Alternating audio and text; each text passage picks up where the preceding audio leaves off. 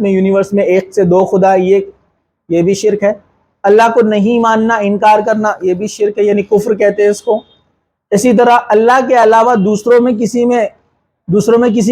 کسی نبی، صحابی، ولی، پیر، مرشد، سورج، چاند، جھاڑ، پہاڑ، ٹھیک ہے، جانور، زندہ انسان، مردہ انسان، قبر کے اندر، کسی میں بھی یہ عقیدہ رکھنا کہ ان میں اللہ کے علاوہ طاقت ہے کچھ دینے کی، یہ سب شرک ہے۔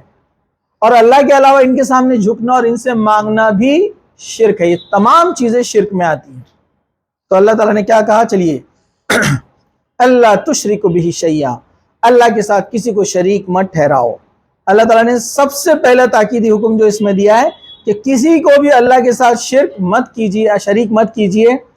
کتنا بڑا گناہ ہے؟ ذرا سورہ نساء آیت نمبر 48 اگر آپ پڑھیں گے، ان اللہ لا یغفر ان یشرک بہ ویغفر ما دون ذلک لمن یشاء۔ کیا کہا اللہ نے؟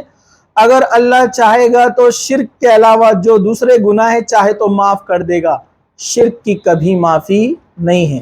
چلیے دوسری آیت، اللہ تعالیٰ نے کیا کہا؟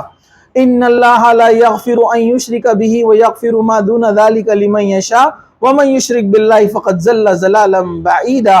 سورہ نساء آیت نمبر 116۔ کیا کہا اللہ تعالیٰ نے؟ اللہ کے ساتھ کسی کو شریک مت ٹھہراؤ۔ اللہ نے شرک کے علاوہ تمام گناہ جو انسان ہوتے انسان سے چاہے تو معاف کر سکتا ہے، چاہے تو، ہاں گارنٹی نہیں ہے، لیکن شرک کو معاف نہیں کرے گا۔ اور جس نے شرک کیا وہ بڑی گمراہی میں، دور کی گمراہی میں جا کر گرا، مطلب اس کا کوئی چانس نہیں ہے جنت میں جانے کا اگر اس نے توبہ نہیں کیا تو، ٹھیک ہے۔ چلیے اسی طرح سورہ حج آیت نمبر 31، کیا کہا اللہ تعالیٰ نے؟ وَمَن يُشْرِكْ بِاللَّهِ فَكَأَنَّمَا خَرَّ مِنَ السَّمَاءِ فَتَخْطَفُهُ الطَّيْرُ أَوْ تَهْوِي بِهِ الرِّيَاحُ فِي مَكَانٍ سَحِيقٍ۔ سورہ حج میں ہی آیت نمبر 31، کیا فرمایا اللہ سبحانہ وتعالیٰ نے؟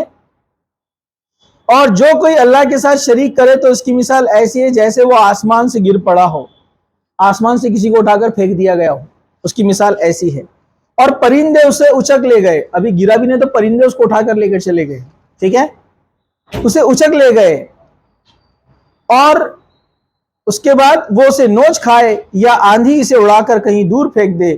شرک کرنے سے نیک اعمال برباد ہو جاتے ہیں، یہی اللہ سبحانہ وتعالیٰ نے یہاں پر بیان کیا ہے کہ اس کی مثال ایسی ہے جیسے آسمان سے گر پڑا ہو۔ کیا حالت ہوں گی اس آدمی کی جو آسمان سے گرا ہو؟ گرنے کے بعد نہ پیراشوٹ ہے، نہ کچھ ہے، نہ کیا ہے، کوئی بچنے کا چانس نہیں، اس کی حالت کیا ہوں گی آپ سوچئے۔ کوئی مددگار نہیں، مطلب ہوا میں ہے وہ۔ تو شرک کرنے والی کی مثال بالکل ویسی ہے کہ اس کا کوئی مددگار قیامت کے دن نہیں ہوگا، اللہ تعالیٰ اس کو اٹھا کے جہنم میں ڈال دے گا، کوئی سپورٹ کو اس کو نہیں آئے گا سوائے جہنم کی آگ اس کو جو جلائیں گی، ٹھیک ہے۔ چلیے سورہ انعام آیت نمبر 88، اللہ سبحانہ وتعالیٰ نے کیا فرمایا؟ وَلَوْ أَشْرَكُوا لَحَبَطَتْ عَنْهُمْ مَا كَانُوا يَعْمَلُونَ، اور اگر وہ لوگ شرک کرتے تو ان کا کیا کرایا سب اکارت ہو جاتا۔ اللہ سبحانہ وتعالیٰ نے قرآن مجید میں ایک جگہ انبیاءوں کی لسٹ بتائی، کئی نبیوں کی، اور کیا کہا؟ اگر یہ بھی شرک کرتے تو ان کے سارے عمل برباد ہو جاتے۔ نبیوں تک کو اللہ تعالیٰ نے وارننگ کا، اگر تم بھی شرک کرو گے تو تمہارے بھی اعمال ختم، پھر ہم کون سی چیز ہے؟ ذرا غور کرنے والی بات ہے۔